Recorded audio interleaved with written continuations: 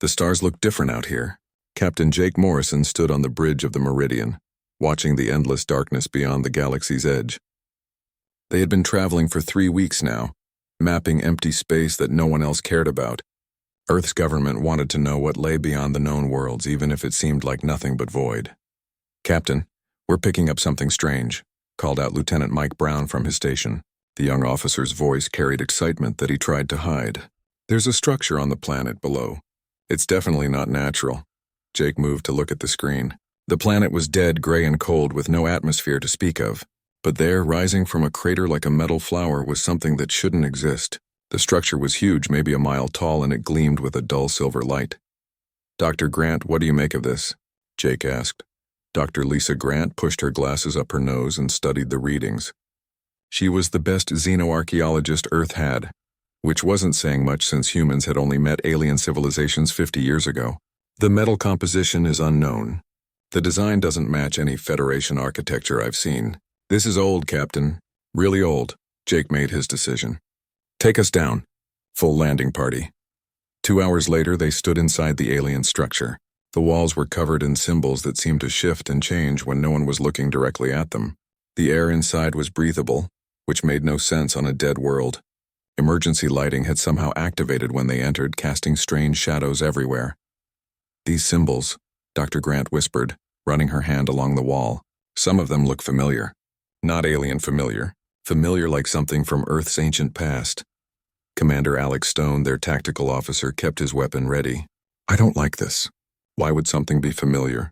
We've never been here before." The main chamber opened up before them like a cathedral. In the center stood a pillar of crystal that reached toward the ceiling. As they approached, it began to glow. Images appeared in the crystal, star maps and technical drawings that made Dr. Grant gasp. "Captain, look at this," she said, her voice shaking. "These star maps show the entire galaxy, but Earth is marked as special. There are lines connecting it to dozens of other locations. And these technical drawings, they're blueprints for technology we don't have." Jake studied the images. The maps were incredibly detailed, showing star systems that hadn't been discovered yet. But what caught his attention were the markings around Earth's location. They weren't in any alien language he knew. "Dr. Grant, can you read any of this?" Lisa worked frantically, taking pictures and notes. "Some of it, yes. This section talks about a journey, something about coming home, and this part mentions humans specifically. Not as a new species, but as if we were expected." A low rumble echoed through the structure. Commander Stone's scanner beeped urgently. "Captain, we have ships approaching. 3 vessels, Vorthak design. They're coming in fast and they don't look friendly." Jake cursed. The Vorthak were one of the 3 major powers in the galaxy. Crystalline beings who thought humans were barely worth noticing. "What were they doing out here?" "Download everything you can, Dr. Grant. We need to go. I need more time. This is the discovery of a lifetime. You'll have a short lifetime if we don't leave now." The first energy blast shook the entire structure. Stone grabbed Dr. Grant and pushed her toward the exit. "Move, they're trying to bury us in here." They ran through collapsing corridors as the Vorthak ships pounded the structure from above. Jake helped carry the equipment while Stone covered their retreat. Behind them, ancient walls that had stood for thousands of years crumbled into dust. The Meridian lifted off just as the alien structure collapsed completely. Jake watched from the bridge as the Vorthak ships turned toward them. They were sleek, crystalline vessels that looked like deadly art pieces. "Incoming transmission," reported Communications Officer Jenny White. The main screen filled with the image of a Vorthak commander, its crystal face reflecting rainbow colors. "Human vessel, you will surrender all data collected from the surface. This is not a request." Jake had dealt with Vorthak before. They were proud and considered humans to be primitive upstarts. But there was something different in this one's voice. Fear, maybe, or desperation. "This is Captain Morrison of the Earth vessel Meridian. We were conducting legal exploration in unclaimed space. We have no reason to surrender anything. The artifacts on that world are dangerous.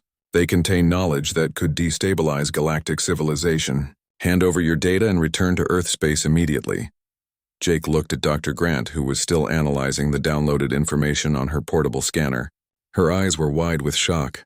She held up the scanner, showing him symbols that looked almost like ancient Earth hieroglyphs mixed with star charts. "Tell them we'll consider their request," Jake said quietly. As soon as the transmission ended, he turned to his crew. All hands to battle stations. Dr. Grant, what did you find? Captain, according to this data, Earth isn't our homeworld. It's our destination. These records suggest that humans came from somewhere else in the galaxy. A long time ago. And whatever happened, someone or something guided us to Earth specifically. The first Vorthak ship opened fire. The Meridian shook under the impact, but held together. Jake had served in the Earth Defense Force for 20 years. He knew how to handle himself in a fight. Return fire and prepare for jump to hyperspace. Plot a course for Earth maximum speed. Captain, Dr. Grant said urgently, there's more. According to these records, there are installations like this one all over the galaxy's edge, all connected somehow. All waiting. Waiting for what? For us to find them. The Meridian jumped to hyperspace just as the second Vorthak ship fired a killing shot at where they had been. In the safety of the hyperspace tunnel, Jake stared at the data Dr. Grant had recovered. Star maps showing Earth at the center of a vast network. Technical specifications for technology that seemed almost familiar, as if humans were meant to understand it. But most disturbing of all were the warnings embedded in the data. Warnings about the three galactic empires. Warnings that suggested they had been lying about humanity's place in the galaxy from the very beginning. As Earth grew larger on their screens 3 days later, Jake realized their little exploration mission had just changed everything. The question was whether Earth's government would believe them, and whether humanity was ready for the truth about their past. Behind them, in the empty space where the ancient structure had stood, Vorthak ships continued to patrol. They were making sure that nothing else would be found. But it was too late. The secret was out, and Jake had the feeling that the galaxy would never be the same again. The meeting room in Earth's capital was packed with the most important people on the planet. Jake Morrison sat at the long table, feeling out of place among generals and politicians. Next to him, Dr. Lisa Grant clutched her datapad like it held the secrets of the universe. In a way it did. President Carol Johnson looked tired. She had been dealing with alien politics for months, trying to keep Earth's position stable in the galactic community. Now Jake's discovery threatened to turn everything upside down. Let me understand this correctly, Captain Morrison, she said slowly. You found an ancient alien structure that contained maps showing Earth as some kind of central hub. The Vorthak tried to kill you to keep it secret, and now you think the entire galactic government has been lying to us. That's correct, Madam President. General Kate Murphy, head of Earth Defense Force Intelligence, leaned forward. Dr. Grant, show us what you found in the data. Lisa activated the holographic projector in the center of the table. The room filled with three-dimensional star maps that made everyone gasp. Earth sat at the center of a web of connections that stretched across the galaxy's outer rim. These installations are all linked, Lisa explained, pointing to glowing dots scattered across the map. Each one contains technology that's far beyond what any current galactic civilization possesses. But here's the strange part. When our computers analyzed the technical specifications, they found matches. Matches to what? Asked Counselor Ben Wright, Earth's senior government official. To theoretical designs our own scientists have been working on, independently, as if humans instinctively understand how this technology should work. Dr. Sam Rodriguez, Earth's leading physicist, had been quiet during the briefing. Now he spoke up. I've been studying the power systems Dr. Grant recovered. The energy signatures are unlike anything the Federation uses. But when I ran simulations, my team immediately saw ways to improve the designs. It was like looking at blueprints drawn by someone who thinks the way we do. General Murphy activated her own projector. My intelligence teams have been busy since you returned, Captain. We've discovered some disturbing patterns in galactic history. Every time a species has tried to investigate ancient ruins or develop technology beyond Federation standards, they've faced mysterious setbacks. Economic problems, political upheaval, sometimes entire civilizations just disappearing from the records. The room fell silent. Jake felt a chill run down his spine. Are you saying the three empires have been deliberately keeping other species primitive? President Johnson asked. That's exactly what I'm saying. The Vorthak, Zephyrians, and Kethtar publicly act like rivals. But our analysis shows they coordinate their activities perfectly. They maintain a balance of power that keeps them on top and everyone else scrambling for scraps. Ambassador Maria Santos, who had been representing Earth in galactic politics, spoke up from the far end of the table. I've been getting strange messages from contacts in Federation space. Warnings to stop investigating human origins. Some of my sources are genuinely frightened. Frightened of what? Jake asked.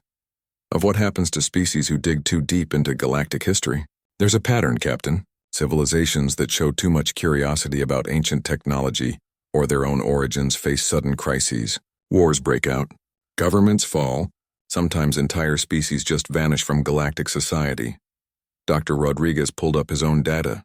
I've been analyzing the technology from the ruins. The most incredible part is how it responds to human operators. We built a test interface based on the schematics, and it only activated when humans touched the controls. Not aliens, just humans.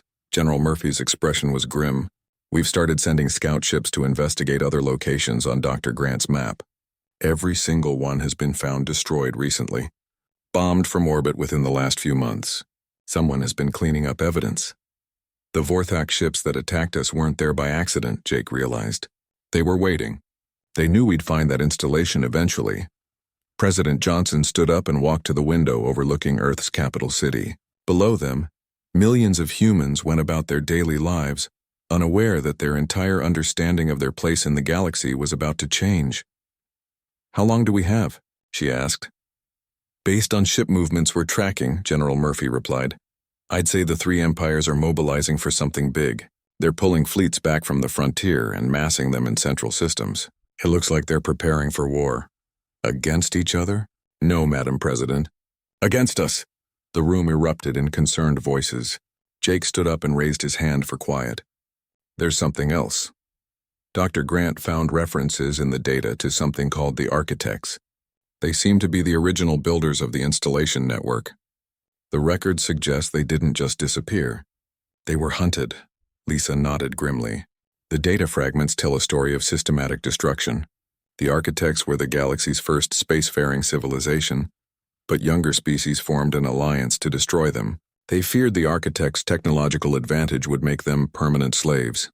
And you think humans are connected to these Architects? Counselor Wright asked. I think humans are the Architects, or at least their descendants. The timeline fits, and it would explain why the technology responds to us. Dr. Rodriguez was studying his tablet intently. If that's true, then these installations aren't just archaeological sites. They're inheritance vaults, waiting for us to mature enough to claim what our ancestors left behind. General Murphy activated another display showing ship movements across the galaxy. 3 days ago, we detected unusual activity in the systems surrounding Earth. Long-range sensors show ships from all three empires converging on our sector. They're not trying to hide it anymore. Ambassador Santos looked worried. My contacts have gone silent. All of them. Either they're too scared to communicate or they're already gone, Jake finished. President Johnson turned back to face the room. Options? We could try to negotiate, Counselor Wright suggested. Offer to share whatever we find. General Murphy shook her head. Based on galactic history, they won't accept that. They've spent millennia maintaining their technological advantage. They can't allow another species to challenge that, especially not one they've been actively suppressing. Then what do you recommend? We activate the installations before they can destroy them all. If Dr. Grant is right, and these are designed to respond to humans, then maybe our ancestors left us the tools we need to defend ourselves.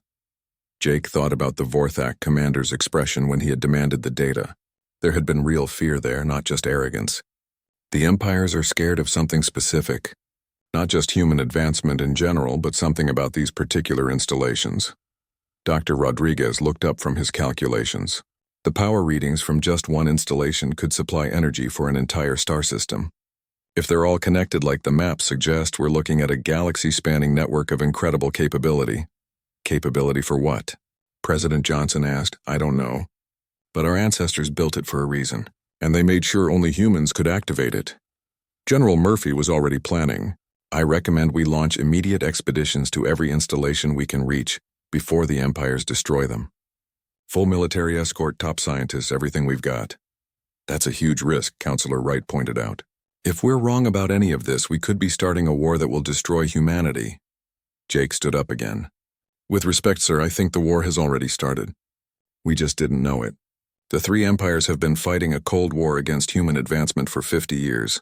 Now that we've found evidence of our true heritage, they're getting ready to finish what they started millennia ago. President Johnson was quiet for a long moment. Finally, she nodded. General Murphy, begin preparations for Operation Homecoming. Captain Morrison, you'll lead the expedition to the largest installation on the map. Dr. Grant, Dr. Rodriguez, you're with him. We need to know what our ancestors left for us before the galaxy's empires decide we're too dangerous to exist. As the meeting broke up, Jake caught Dr. Grant looking at the star map with wonder and fear in her eyes. Scared? He asked. Terrified, she admitted, but also excited. We're about to learn the truth about who we really are. Outside the window, Earth's sun was setting. Soon, Jake knew, they would find out if humanity had a future among the stars, or if they were about to join their ancestors in galactic history's graveyard of lost civilizations. Captain Nina Bell moved through the shadows of space like a ghost. Her ship, the Shadow, was Earth's most advanced stealth vessel, designed to slip past alien sensors without being detected. For the past month, she had been visiting the ancient installations that Dr. Grant's star maps had revealed, always staying one step ahead of the Empire fleets that were systematically destroying them. What she found at each site was changing everything humanity thought they knew about themselves. Captain, we're approaching the 7th installation, reported her navigation officer, Lieutenant Tom Chen. Long-range scans show it's still intact, but there are Kethtar patrol ships in the outer system. Nina studied the tactical display. The Kethtar were the warrior race of the galactic empires, proud and aggressive, but lately their patrols had seemed desperate rather than confident. They were racing from system to system, destroying ancient sites with an urgency that suggested panic. Take us in quiet. Full stealth mode. The installation sat on a moon orbiting a gas giant. Like the others they had found, it was enormous and clearly ancient. But this one was different. It was still active. Energy readings showed systems running that had been dormant for thousands of years. Dr. Clark, are you reading this? Nina asked. Dr. Tony Clark was hunched over his translation equipment, trying to decode the alien writings they had been collecting. He was the galaxy's expert in ancient languages, though until recently, there hadn't been much call for his specialty. The symbols here are different, Captain older, and some of them... He paused, looking confused. Some of them look like proto-versions of Earth languages, as if human writing systems evolved from these symbols. Chief Engineer Rick Hayes was studying the technical readouts from the installation systems. Captain, this facility is generating power signatures I've never seen before. The energy output could run 100 cities, but it's not connected to anything. It's like it's waiting. Waiting for what? For someone to tell it what to do. They landed near the installation's main entrance. Unlike the previous sites, this one recognized their approach. Doors opened automatically, lights activated to guide their path, and the air inside was fresh and breathable. It was as if the facility had been expecting them. The central chamber was vast, filled with crystalline computers and display screens that showed star charts of the entire galaxy. But these weren't current star charts. They showed the galaxy as it was over 100,000 years ago, with different civilizations and completely different political boundaries. My God, Dr. Clark whispered, studying the displays. This is a historical archive. Look at these records. The screens showed the rise and fall of galactic civilizations across millennia. At the center of it all was a single species that had achieved spaceflight first and helped guide the development of younger races. They called themselves the Architects. Rick, can you interface with these systems? Nina asked. Hayes approached one of the control panels. The moment his hands touched the crystalline surface, the entire chamber came alive. Screens lit up everywhere, showing technical diagrams and historical records that made the team gasp in amazement. It's responding to me specifically, Hayes said in wonder. These controls, it's like they were designed for human hands. Dr. Clark was frantically taking notes as the historical records scrolled past. Captain, according to this archive, the Architects weren't aliens. They were the original human civilization. We didn't evolve on Earth. We came from here, from the galaxy's core systems. That's impossible. Look at this genetic data. It shows the spread of architect populations across the galaxy over thousands of years. They were explorers, scientists, builders. They created most of the technology that the current empires use as the foundation of their civilizations. Nina stared at the displays, showing ancient star maps with human settlements scattered across the galaxy. What happened to them? They were betrayed. Dr. Clark's voice was grim as he translated the records. The younger species they had helped develop began to fear architect technology. They formed an alliance and launched a systematic, campaigned to destroy Architect. Civilization. Hayes had accessed the technical archives and was studying blueprints that made his engineering background seem primitive. Captain, the technology here is incredible. Faster-than-light travel that doesn't require hyperspace lanes, energy systems that tap directly into stellar cores, defensive systems that could protect entire solar systems. Why didn't the architects use these defenses to protect themselves? Dr. Clark found the answer in the historical files. They tried, but the alliance against them included their own people. Architects who believed their civilization had become too powerful, too dangerous. They helped the younger species find ways to disable the defensive networks. A civil war. More than that, a philosophical split. Some architects believed their technology made them responsible for guiding galactic development. Others believed it made them too dangerous to exist. Nina was beginning to understand the scope of what they had discovered. The installations we've been finding aren't just archaeological sites. They're refuges. The architects who survived the war scattered to the galaxy's edge and hid their technology. Hayes was still interfacing with the control systems, and what he found next changed everything. Captain, these aren't just historical archives. They're active systems. This installation is connected to a network of similar facilities throughout the galaxy. They've been dormant, waiting for architect descendants to reactivate them. And we're the descendants. According to the genetic records, yes. The architects who escaped the war settled on primitive worlds throughout the outer galaxy. They suppressed their own technology and let their descendants develop naturally, hoping that someday they would be ready to reclaim their heritage. Dr. Clark had found records of the final days of architect civilization. The survivors set up a test. The network will only activate for species that show they can use advanced technology responsibly. It's designed to prevent another civil war. What kind of test? The installations will respond to human operation, but they won't release their full capabilities unless humanity proves they'll use the technology to protect other species rather than dominate them.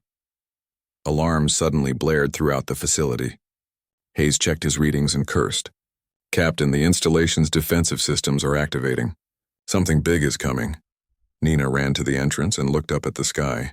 Descending through the atmosphere were 3 massive ships, one from each of the galactic empires. They had found the installation and were preparing to destroy it. How long do we have? Maybe 10 minutes before they're in firing position. Nina made a command decision. Hayes, download everything you can from the technical archives. Dr. Clark grabbed the historical records. We're taking this information back to Earth. As they ran back to their ship, the installation systems were doing something unexpected. Instead of shutting down, they were broadcasting, sending signals across the galaxy to other installations in the network. Captain, Hayes reported from the Shadow's control room. Installations throughout the galaxy are starting to activate. The network is waking up. Nina watched the Empire ships position themselves to destroy the facility. Then we'd better get home fast. Earth needs to know what's coming. The Shadow slipped away just as the combined firepower of 3 Empire fleets reduced the ancient installation to smoking ruins. But it was too late. The network had awakened, and across the galaxy, dormant facilities were coming online for the first time in millennia. As they jumped to hyperspace, Nina realized that humanity had just passed the point of no return. The secret of their origins was out. The galactic empires knew what they were dealing with, and somewhere in the galaxy, ancient systems were preparing for the return of the architects. The question now was whether humanity was ready to claim their inheritance, or whether they would repeat the mistakes that had destroyed their ancestors. Either way, the galaxy was about to change forever. Behind them, the ruins of the installation smoldered on the airless moon. But deep in space, at locations scattered across the galaxy's edge, other installations were receiving the activation signal. The network was vast, ancient, and patient. It had waited over 100,000 years for this moment. The architects were coming home. Admiral Jack Thompson stood in Earth's Orbital Defense Command Center, watching the tactical display with growing concern. Red dots representing enemy fleets were converging on Earth's solar system from 3 different directions. The Vorthak, Zephyrians, and Kethtar had finally dropped their pretense of rivalry and formed what they called the Coalition of Supremacy. Their message to humanity had been simple and brutal. Surrender all architect technology and submit to permanent technological limitation, or face complete extinction. Admiral, the outer sensor nets are detecting more ships, reported Commander Steve Parker. Current count is over 1,500 vessels. That's the largest fleet ever assembled in galactic history. Jack nodded grimly. Earth's entire space navy consisted of barely 200 ships, most of them designed for exploration rather than war. Against a coalition armada, they wouldn't last an hour in conventional combat. But humanity wasn't planning to fight conventionally. Status report on Project Awakening, Jack ordered. Dr. Helen Price looked up from her command console. She had been working around the clock since Captain Bell returned with data from the Architect installation. The breakthrough she had made was either going to save humanity or doom them all. We've successfully interfaced with 17 installations across the galaxy, she reported. The network is responding to human operators, but it requires multiple active nodes to reach full defensive capability. We need at least 50 installations online before the system can protect Earth. How many do we have people at? 31. The colonization ships reach their destinations, but they're having trouble activating some of the older installations. The Architect technology seems to require not just human operators, but humans who understand what they're doing. Captain Luke Davis entered the command center, still wearing his flight suit. He had just returned from testing humanity's first Architect-enhanced starfighter, and the expression on his face was a mixture of amazement and fear. Admiral, I need to report on the new fighter systems. Jack turned to face the young pilot. Luke was one of Earth's best, chosen to test the hybrid technology that Rick Hayes had developed by combining human engineering with Architect designs. The ships are incredible, sir. They don't just respond to human pilots, they bond with them. The fighter's AI seems to learn from each pilot's thoughts and reactions. After just 3 test flights, my ship was anticipating my maneuvers before I made them. That's good news. Yes, sir, but there's something else. The ships are evolving. Each flight they become more capable. The AI is rewriting its own programming to become more effective. I'm not sure we're controlling the technology anymore. I think it's starting to control itself. Dr. Price nodded. That matches what we're seeing with the installation network. The Architect systems aren't just tools.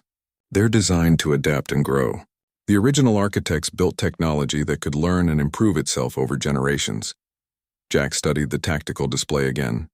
The coalition fleets would reach Earth in 6 days.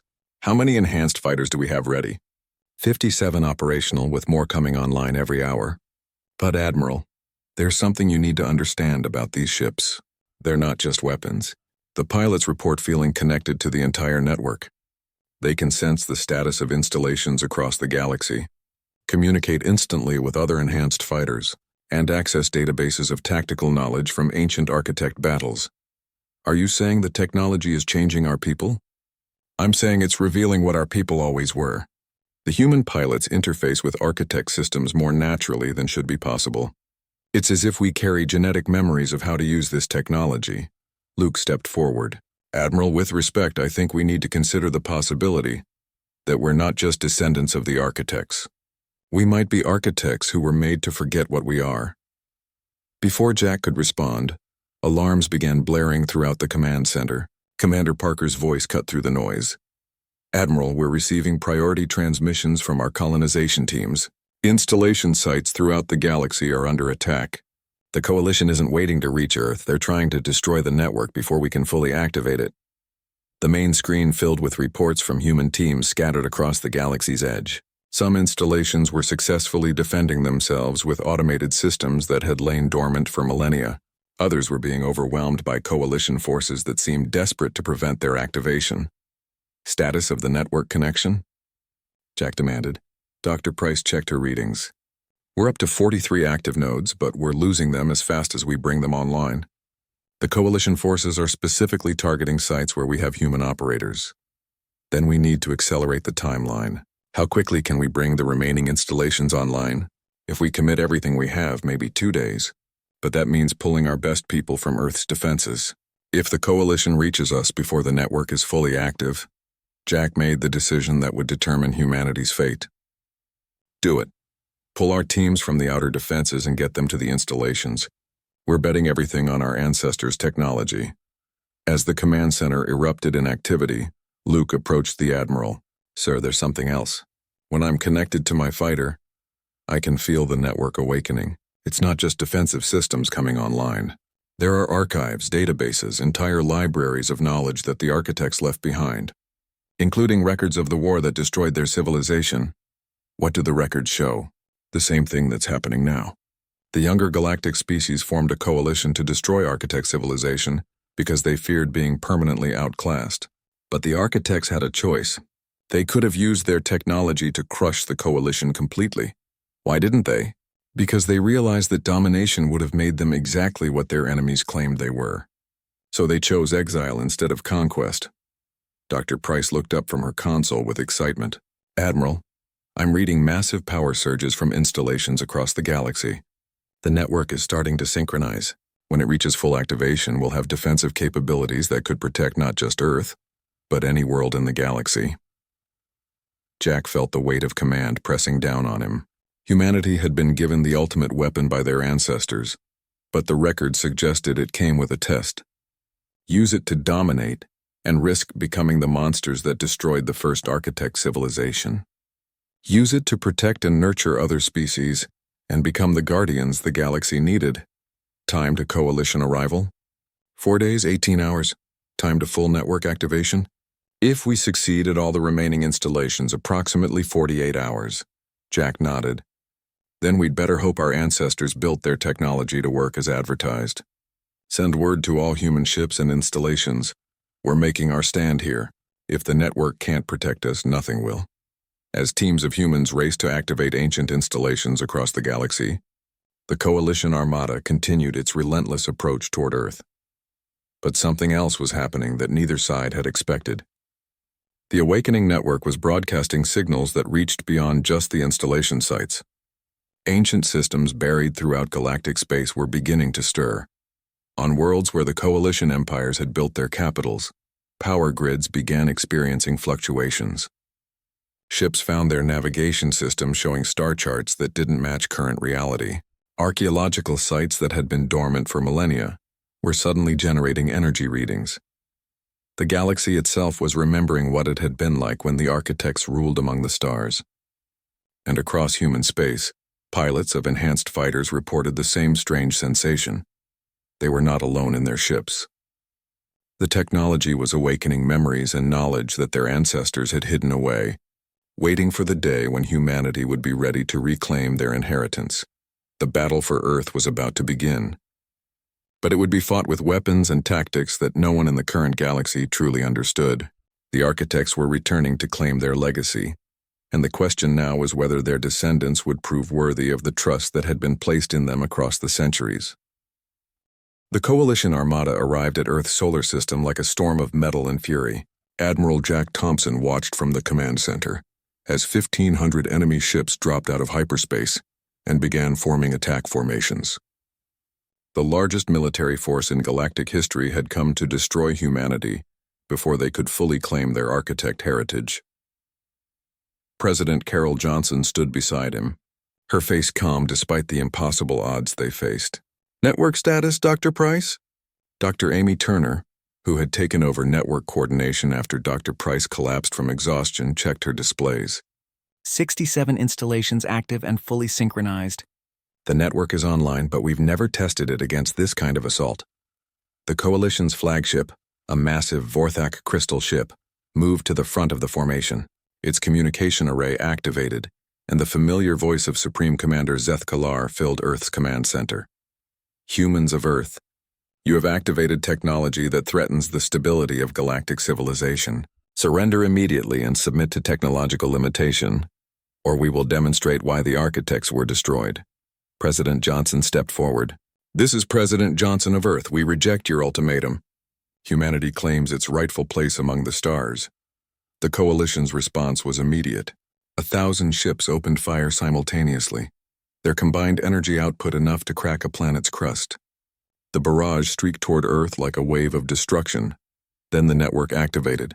Across the galaxy, 67 ancient installations pulsed with power that had been building for over 100,000 years. Energy fields sprang up around Earth, Mars, and the outer planets, creating barriers that absorbed the Coalition's attack without even flickering. But the network did something else that surprised everyone. Instead of returning fire, it began broadcasting. Every ship in the Coalition fleet suddenly found their communication systems flooded with historical records. The true story of architect civilization spread across the Armada like wildfire, records showing how the Coalition's ancestors had built their empires using stolen architect technology. Evidence of the systematic suppression and destruction of younger species, who showed signs of advanced development, proof that the three empires had been collaborating for millennia to maintain their dominance through deliberate technological stagnation. Admiral Thompson watched the Coalition fleet's formation begin to waver as the broadcast continued. They're receiving our ancestors' complete historical archives. Every war crime, every suppressed species, every lie they've told to maintain power. Commander Pete Anderson, who had been leading humanity's colonization effort, reported from the outer installations. Admiral, the network isn't just defending Earth. It's broadcasting to every inhabited world in the galaxy. Every species is learning the truth about galactic history. President Johnson activated Earth's communication array.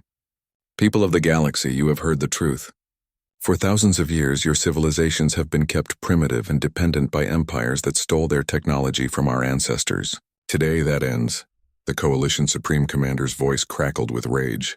The architects were destroyed because they were tyrants. Their technology made them too dangerous to exist. Were they? President Johnson replied. Or were they destroyed because younger species feared they could never catch up? The historical records show the truth, Commander. The architects helped other species develop. They shared their knowledge freely until fear and jealousy turned the galaxy against them. Captain Luke Davis, flying his enhanced fighter in the space between the two fleets, felt the network's full capabilities flowing through his consciousness. He could see the entire tactical situation, sense the emotional states of pilots throughout both fleets, and access combat data from ancient architect battles. Admiral, he reported, the network is giving me tactical options I've never dreamed of. I could disable every Coalition ship without destroying them. The architect weapons are designed to neutralize threats without causing unnecessary casualties. Do it, President Johnson ordered. Show the galaxy what responsible use of power looks like. Luke's fighter, along with 50 others, began a complex dance through the Coalition formation. Their weapons didn't destroy the enemy ships. Instead, they systematically disabled weapon systems, engines, and communication arrays. Within minutes, the most powerful fleet in galactic history was rendered helpless. But the real victory wasn't happening in space. Across the galaxy, the historical broadcasts were causing revolutions. On Vorthak worlds, younger crystals were rising up against the older leadership that had suppressed technological development. Zephyrian hive minds were fragmenting as worker castes learned they had been deliberately kept ignorant of their species' potential. Kethtar warriors were turning against their own command structure as they realized their enemies had never been other species, but their own leadership's lies. Supreme Commander Zethkalar's ship was the last to be disabled. As his vessel's systems shut down, he transmitted one final message. You have doomed the galaxy to chaos. Without central authority, without the stability we provided, civilization will collapse into war and barbarism. President Johnson's reply was broadcast to every inhabited world. Commander, your empire's stability was built on the oppression of every other species in the galaxy. True stability comes from cooperation and mutual advancement, not domination. Dr. Turner was monitoring the network's activity from her control station. Madam President, the installations are doing something unprecedented. They're offering technological exchanges to every species in the galaxy. Not weapons or military systems, but medical advances, energy solutions, agricultural improvements. The network is designed to help civilizations grow, not to make them dependent. Admiral Thompson watched the tactical display as Coalition ships throughout the galaxy began powering down their weapons. Many were being boarded by their own crews in mutiny. Others were simply abandoning their positions and heading home to deal with the revolution spreading across their worlds. It's over, he said quietly. Not just the battle, but the entire galactic order that's existed for millennia. President Johnson faced the most important decision in human history.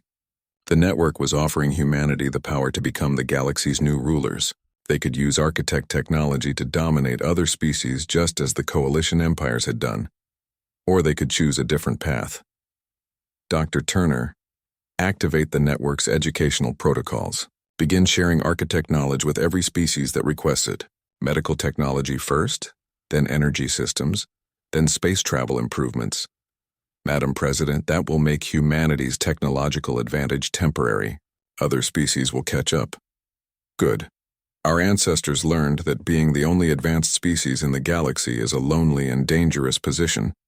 Better to have equals and friends than subjects and enemies. Commander Anderson reported from the outer installations. Madam President, we're receiving requests for technological assistance from over 3,000 species. Many of them were kept so primitive by the Coalition that they're just now learning they're not alone in the galaxy. Grant every request. Make it clear that the technology comes with no strings attached. We're not trading freedom for advancement. As the weeks passed, the galaxy transformed beyond recognition. The Coalition empires fragmented into dozens of smaller nations, many of them democratic societies that had overthrown their old leadership.